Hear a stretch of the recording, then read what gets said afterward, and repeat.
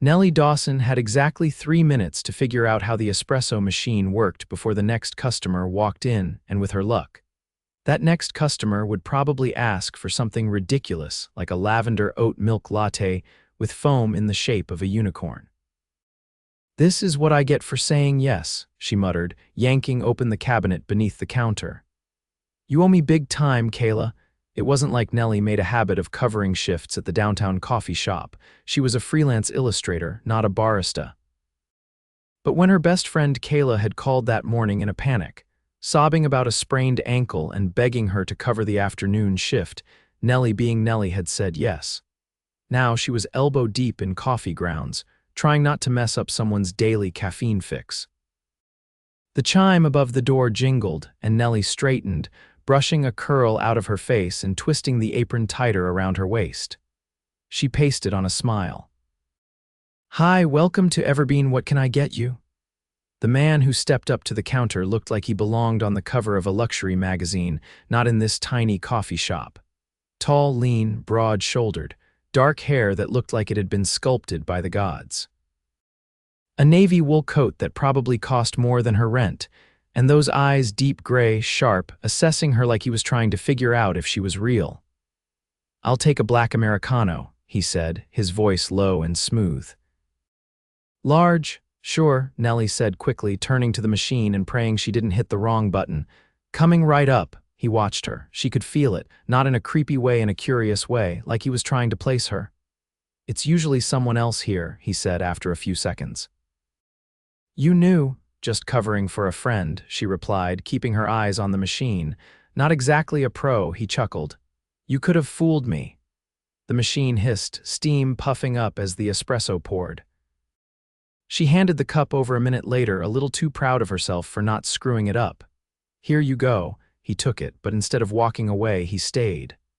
"I don't suppose your name is on the cup," he said. She blinked. "You're asking for my name? Only fair," he said. "You know my order now." That made her laugh, a soft, surprised sound. "Nellie."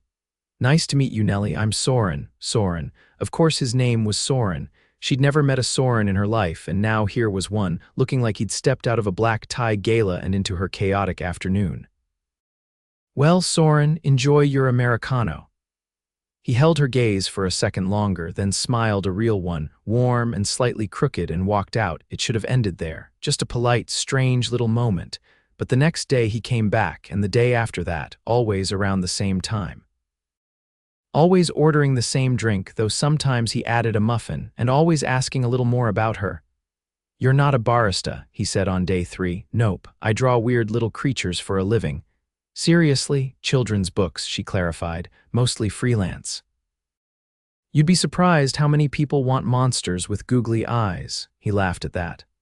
"I like that." By day 5, she'd stopped pretending she wasn't waiting for him. Kayla had healed up enough to come back to work, but Nellie kept showing up for the afternoon shift anyway. She told herself it was just to help out a little longer. That was a lie. It was because of him. Because Soren Hargrove, with his tailored coats and his unexpected questions, and the way he listened to her like her words actually mattered, was making her forget everything else. The 6th time he came in, he didn't order anything. "Walk with me," he said, holding the door open. She hesitated. "I'm technically on shift." "I already bought a muffin," he said, holding up the bag. "That buys me 10 minutes." She laughed and untied her apron. They walked through the park across the street, the air crisp, the leaves golden. Soren didn't talk about himself much, but he asked her everything about her art, her family, her dreams. "You ever think about leaving the city?" he asked. "Sometimes," she admitted, "but I think I'd miss the chaos." "And Kayla, and this coffee shop that I somehow got sucked into," he smiled. "I don't think I've ever looked forward to coffee this much." She stopped walking. "Why are you doing this?" He tilted his head. "Doing what?" "Coming in every day, talking to me." "It's not just about coffee." "No," he said softly, "it's not." There was a beat of silence. Then, "I like you, Nellie." Her heart stuttered. "You don't even know me." "I'm trying to," he said. Every day, she stared at him, trying to read between the lines. He was too polished, too mysterious. There was something he wasn't saying. "What do you do, Soren?" He paused. "Business?" "That's vague. Complicated," he corrected. "Try me." He looked at her for a long moment. Then finally, I run a firm, investment property tech. I'm the CEO. Something clicked in her brain. Wait. Hargrove Holdings, that's you, he nodded. That's me, she blew out a breath. You're a billionaire, he didn't flinch. Does that change how you see me? She shook her head, stunned. I don't know, I mean, you've been coming here like you're just some regular guy. Maybe I wanted to be. With you? She looked at him, really looked at him and saw it, the loneliness beneath the confidence, the way he leaned toward her, waiting for her to pull away, but she didn't. Instead, she said, walk me back. They walked in silence, their hands brushing. And when they reached the door of the shop, he hesitated. I want to see you again, he said. Outside of this, she could barely breathe. Okay, tonight, she said. And just like that, Nellie Dawson, who had only meant to cover a friend's shift, stepped into something bigger than she'd ever imagined, something that felt dangerously close to falling. The restaurant Soren chose wasn't the kind of place Nellie had ever stepped foot in. The doorman wore a tailored charcoal coat with silver embroidery on the lapel, and the chandelier in the entryway was taller than her apartment's ceiling. A maitre d' greeted Soren by name and guided them past tables where couples spoke in hushed voices over candlelight and wine that probably cost more than her phone bill. She tried not to trip over the hem of her dress, a soft navy slip Kayla had insisted she borrow, and she definitely tried not to stare at the way every server seemed to treat Soren like he owned the building. For all she knew, he did. You didn't have to go this over the top, she whispered once they were seated in a secluded corner booth. I didn't think this was over the top, he said, folding his napkin over his lap. I thought it was intimate. She raised an eyebrow, glancing around at the crystal stemware and the couple two tables over being serenaded by a violinist. Your idea of intimate is wildly different from mine. He glanced across the table at her, and instead of laughing, his expression softened. You look like you don't believe you belong here. I know I don't belong here, his voice dropped. You do. She studied him, trying to understand what he saw when he looked at her. He had no reason to pursue her, no ulterior motive she could imagine. She wasn't rich, she wasn't part of his world. And yet here he was. The waiter brought 2 glasses of wine poured with a flourish. Soren didn't even look at the menu. My chef knows what I like, I told him to surprise us. You have a personal chef here? No, I brought mine, she blinked. You brought your chef to a restaurant, he shrugged like it was no big deal. He was between projects. You treat people like movable furniture, only the ones who don't mind being moved. Nellie took a sip of the wine, letting the bold flavor settle on her tongue. So, Soren. What is this exactly? What do you mean, this? She gestured between them. We met less than a week ago. Now I'm sitting across from you in a restaurant with a private chef, and you're looking at me like you already know how this ends. He leaned forward. Do you want me to stop? She didn't answer right away. Instead, she glanced down at the linen tablecloth, fingers tracing the edge of her wine glass. I'm not used to things moving this fast. I don't do slow, he said. Life doesn't wait. I see something I want, I move. I don't apologize for that. And what is it you want? He didn't look away. You, her pulse kicked up. His tone wasn't flirtatious, it was serious, like a declaration. You don't know me. I know enough to want to know more, the way you talk when you're passionate about something. The way you never pretend, that you're not impressed by money, that you make me feel like I can breathe. She swallowed hard. You're saying all the right things. I'm not trying to say the right things. I'm being honest. Their meal arrived handmade pasta with black truffle, seared scallops, and some kind of sauce that smelled like heaven. They ate in quiet for a few minutes, the weight of his words hanging in the air between them. Finally, she said, I'm not a project, I know. I won't be something you add to a collection. I'm not looking for a trophy. She watched him. He meant it, or at least he believed he did. After dinner, he led her outside and handed the valet a black card. A sleek silver car, something Italian and low to the ground, rolled up minutes later. He opened the door for her, and she slid in, trying not to feel like she was in someone else's life. As they sped through the city, he didn't touch her. Didn't even try. He just drove with one hand on the wheel, the other resting lightly on his knee, eyes focused ahead. When they pulled up to her building, he turned to her. Can I walk you up? She hesitated, then nodded. Inside, the elevator creaked as it climbed to the 4th floor. Her apartment was small, cluttered with books and sketch pads and mismatched mugs. She kicked a pair of slippers under the couch and cleared a jacket off the armchair. "It's not exactly luxury," she said. He looked around with something close to reverence. "It's real." She didn't know what to say to that. Instead, she went to the kitchen to pour water, but when she turned, he was standing in the doorway, watching her. "I'm not going to kiss you," he said. She blinked. "You're not yet."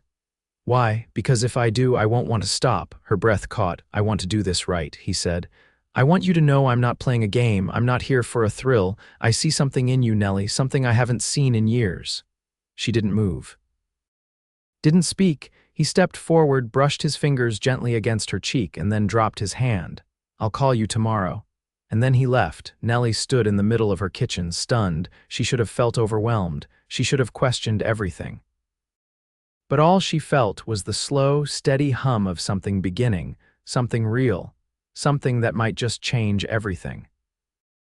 Nellie had never been to an art auction before, let alone one where the champagne was poured into crystal flutes by white-gloved servers, and the paintings on the walls were guarded like national secrets. She stood at the edge of the crowd in a dress Soren had sent earlier that day, delivered in a black box with no note, just a discreet knock on her apartment door and a driver who said, "Mr. Hargrove thought you might need this tonight." Now, as she watched him across the room in conversation with an older man in a three-piece suit, she felt like she'd crossed a threshold she hadn't realized existed. Soren didn't just live in this world, he moved through it effortlessly, like it bent to accommodate him. And somehow she had stepped into the current. He caught her gaze, excused himself, and crossed the gallery floor with quiet confidence. "I was starting to think you'd vanished. I was giving you space," she said, adjusting the thin strap of her dress. "You looked like you were about to broker a treaty." That was the head curator of the museum board. "He's trying to convince me to fund a new wing. Are you going to?" "I haven't decided. I wanted to see how tonight went first." She tilted her head. "And how's it going?" "That depends entirely on whether you'll dance with me. There's no dance floor." "Then we'll make one." He took her hand and led her through the side gallery, where the crowd thinned and the music from the string quartet drifted softly through the marble corridors. He stopped beneath a skylight, the city lights flickering high above them. "You're absurd," she whispered, but her fingers curled around his. "I know." They danced slowly, her hand on his shoulder, his arm firm around her waist. It wasn't a practiced kind of dance, more like swaying in sync, two people not quite sure where they were headed but unwilling to let go. She glanced up. "You didn't ask me to come here just for art, did you?" "No." "Then what?" He didn't answer right away. Instead, he stepped back slightly, just enough to look at her fully. "I wanted you to see something. Who I am when the curtains pulled back." "You mean the part where you're treated like royalty and people ask for money with every other breath?" "I mean the part where I'm expected to be someone I never chose to be." She searched his face. "Then why do it?" "Because if I don't, someone else will, and they won't do it with half the care." "That's not an answer, it's the closest I have." A soft breath escaped her. "You're complicated. Would it be easier if I weren't? It'd be safer." He took both her hands in his. "I don't want safe, I want real, I want you." Before she could respond, a woman's voice cut through the corridor behind them. "Soren." They both turned. A tall brunette in a tailored black gown approached, heels clicking sharply against the marble. "Clara," Soren said, his tone instantly guarded. "You've been avoiding my calls." She didn't look at Nellie. "I had to come here in person." Soren stepped slightly in front of Nellie. "Now isn't the time." "I disagree. You might want to explain to your guest that you're still under contractual obligation." "Or have you forgotten about the merger?" Nellie's chest tightened. "What is she talking about?" Clara's eyes finally flicked to her. "He didn't tell you." Soren's jaw tensed. "That's enough. Tell her, Soren. Tell her about the engagement clause." Nellie felt the air drain from her lungs. "Engagement? It's not what it sounds like," Soren said quickly, turning to her. "It's a legal technicality from a business merger last year. Clara's father tried to ensure I'd stay involved by tying it to a personal agreement. It was never real." Clara folded her arms. "The board doesn't see it that way." I never signed the final clause, Soren snapped, and you know it. But you benefited from the deal, Nellie stepped back. So you're telling me that somewhere on paper you're engaged to this woman? I'm telling you I'm not, Soren said firmly. Not in any way that matters, Clara's voice dripped with satisfaction, but the perception is there. And perception is everything, isn't it? Nellie turned away, her thoughts spinning. She wasn't naive. She knew Soren came from a world where deals were brokered over dinners and relationships could be leveraged, but she hadn't expected to be blindsided like this. I need air, she muttered. Soren reached for her. Nellie, wait, she shook her head and slipped through the side door, stepping into the cool night. The city buzzed around her, but she felt strangely detached, as if the glittering skyline belonged to someone else's life. A moment later, he appeared beside her. I should have told you, he said quietly. Yes, you should have. I didn't because I didn't want you to think I was another version of what you've probably dealt with before. I wanted to be someone different with you. She crossed her arms, hugging herself against the chill. But you're not. No, he said. I'm not. I'm just a man trying to fix things I didn't create. She didn't speak for a long time. Finally, she said, I don't care about your money, Soren. I care about honesty. And tonight, I learned I don't know nearly as much about you as I thought I did. He stepped closer. Then let me show you all of it. No secrets. You're asking me to jump into something I don't understand. I'm asking you not to walk away before you do. She looked up at him, torn between anger and the ache in her chest that said she didn't want to lose what they'd started, but the ground beneath her felt unsteady now. I need to figure out what's real, she said. I'll wait, he said. As long as it takes. She turned and walked away, not because she wanted to, but because she had to. Because for once, she had to be the one in control of what came next. Rain tapped against the studio's skylight, soft but insistent, like the universe was reminding Nellie Dawson that time was still moving even if she wasn't. Her sketch pad lay open on the table, half filled with crooked lines and abandoned characters that had lost their charm. She hadn't drawn anything worth keeping in days. She'd told herself space from Soren would bring clarity. Instead, it had brought silence. And an ache she didn't know what to do with. The buzzer startled her. She hadn't ordered anything. No one ever visited unannounced. She pressed the intercom. Hello, it's me. His voice cut through the static, low and clear. She hesitated, then buzzed the door open. By the time he reached her floor, she'd tucked her sketch pad away and pulled on a cardigan, heart pounding like it was trying to break free from her ribs. When she opened the door, Soren stood there holding something that didn't make sense, a framed illustration. Her illustration, one she'd drawn before they met a sleepy fox curled beneath a crescent moon. I saw it online, he said, stepping inside. You posted it months ago. I had it printed, she stared at the frame. Why? Because it reminded me of how I feel when I'm with you, like I can stop running.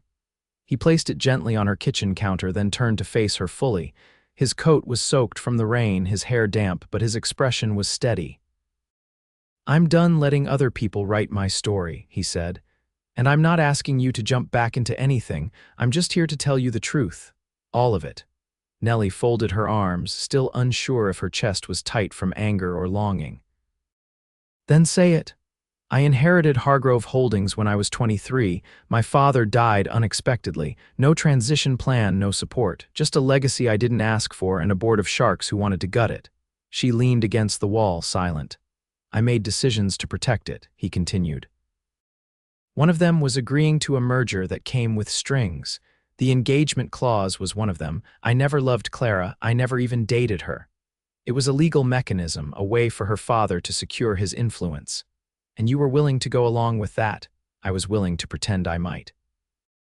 Until I met you, Nellie's voice cracked. You made me feel like I mattered, and then I found out you were entangled in something that would have changed everything. I untangled it, he said. I had my lawyers dissolve the clause. I walked away from the merger. I gave up a multi-billion-dollar deal because I realized I'd rather lose a contract than lose you. She blinked hard, shoulders stiffening. You didn't even know me. I knew enough. I knew that when you laughed, it made everything else quiet. I knew that you challenged me without trying. That you never once asked me for anything, and that scared me more than the people who always do. He stepped closer but didn't touch her. I've had power since I was too young to know what to do with it, but I've never had anyone look at me like I was just a man, she swallowed. I'm not asking for a fairy tale, he said. I'm asking for a second chance. She looked away toward the framed drawing. You walked into my life and changed everything in 5 days. I don't think I've caught my breath since. I haven't either, he said.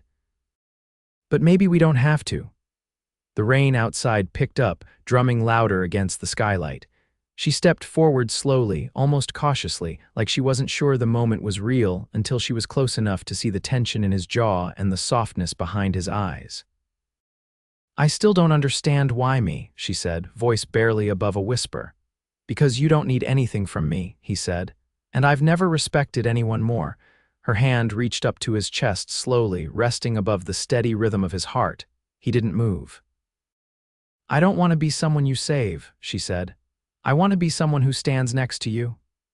Then stand with me, he whispered. She rose on her toes and kissed him. It wasn't desperate or rushed, it was quiet and full of breath and truth. He wrapped his arms around her, drawing her in slowly, reverently, like she was the most fragile thing he'd ever dared to trust. When they parted, she let out a shaky breath. I can't promise I won't freak out again. I can't promise I won't overstep, she smiled. We're a disaster. He leaned his forehead against hers. We're a beginning. Later that evening, he brought her to a rooftop above the city, one she'd never seen before. It wasn't part of a restaurant or a hotel. It was part of his penthouse, a hidden garden space with soft lights twined through ivy-covered trellises. A table for two had been set near the edge where the skyline stretched endlessly. I thought I'd show you something no one else gets to see, he said. She looked out over the city, then back at him. You're showing me your world. No, he said. I'm showing you ours. They ate by candlelight, barefoot, her heels kicked off beside the chair, his jacket draped over her shoulders. They didn't talk about the past, they didn't need to. When dessert came, it wasn't fancy, it was a single slice of chocolate cake with 2 forks. She laughed, and he watched her like nothing else mattered. I'll never get used to this, she said. You're not supposed to, he replied. You're supposed to make it your own. Weeks later, Nellie stood in a gallery surrounded by her own work. A new children's book deal had come through, and Soren had quietly funded the launch party. He didn't make a speech. He didn't even stand beside her in the spotlight. He watched from the back, hands in his pockets, pride in his eyes. When everyone had gone, he joined her in the center of the room. I think I'm in love with you, she said softly, the words catching on her breath. He smiled, not with triumph, but with something deeper. Good. Because I've been in love with you since the moment you tried to operate that espresso machine like it was a ticking bomb. She laughed, and he took her hand. I want to build a life with you, Nellie, not one made of contracts or expectations. One made of late nights and messy drawings and breakfasts with burnt toast. She leaned into him. Then let's start building. And they did.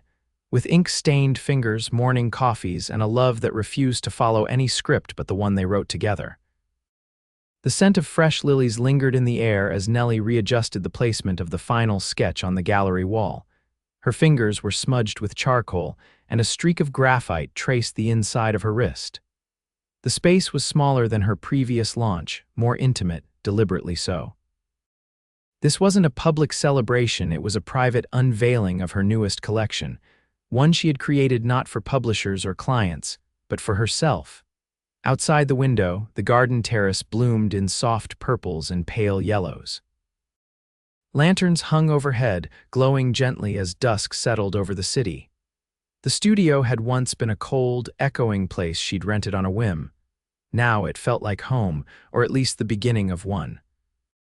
Soren stepped through the open door, his navy shirt rolled at the sleeves, his watch catching the last slant of sunlight. He held a single gardenia in his hand. You're early, she said. I wanted to see it before anyone else did. She took the flower and tucked it into a small vase by the entry. You already saw the sketches pinned on my fridge for weeks. Not like this, he said, walking slowly from piece to piece. You gave them space to breathe. She watched him as he paused in front of one of the newer drawings, an image of a girl sitting on a rooftop surrounded by fireflies, her eyes lifted to the stars. I didn't know you were watching me that night, he said. I wasn't, not exactly. I drew what I felt, he turned to her. You felt free, I felt seen. They stood quietly for a moment, the hum of the city rising faintly beyond the glass. Then he reached into his jacket pocket and pulled out a slim velvet box. I waited because I wanted you to see who I really am first, he said. I wanted you to know the version of me that doesn't hide behind boardrooms and tailored suits. She stared at the box. What is this? He opened it. Inside was a ring, delicate, elegant, nothing loud or flashy. A single brilliant sapphire set in platinum. The color matched the ink she used most often in her work.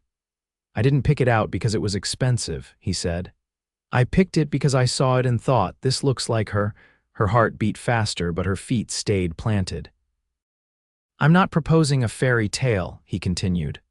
I'm proposing a partnership, something we build day by day, with mistakes and mornings where we both oversleep and nights where the world disappears just for us.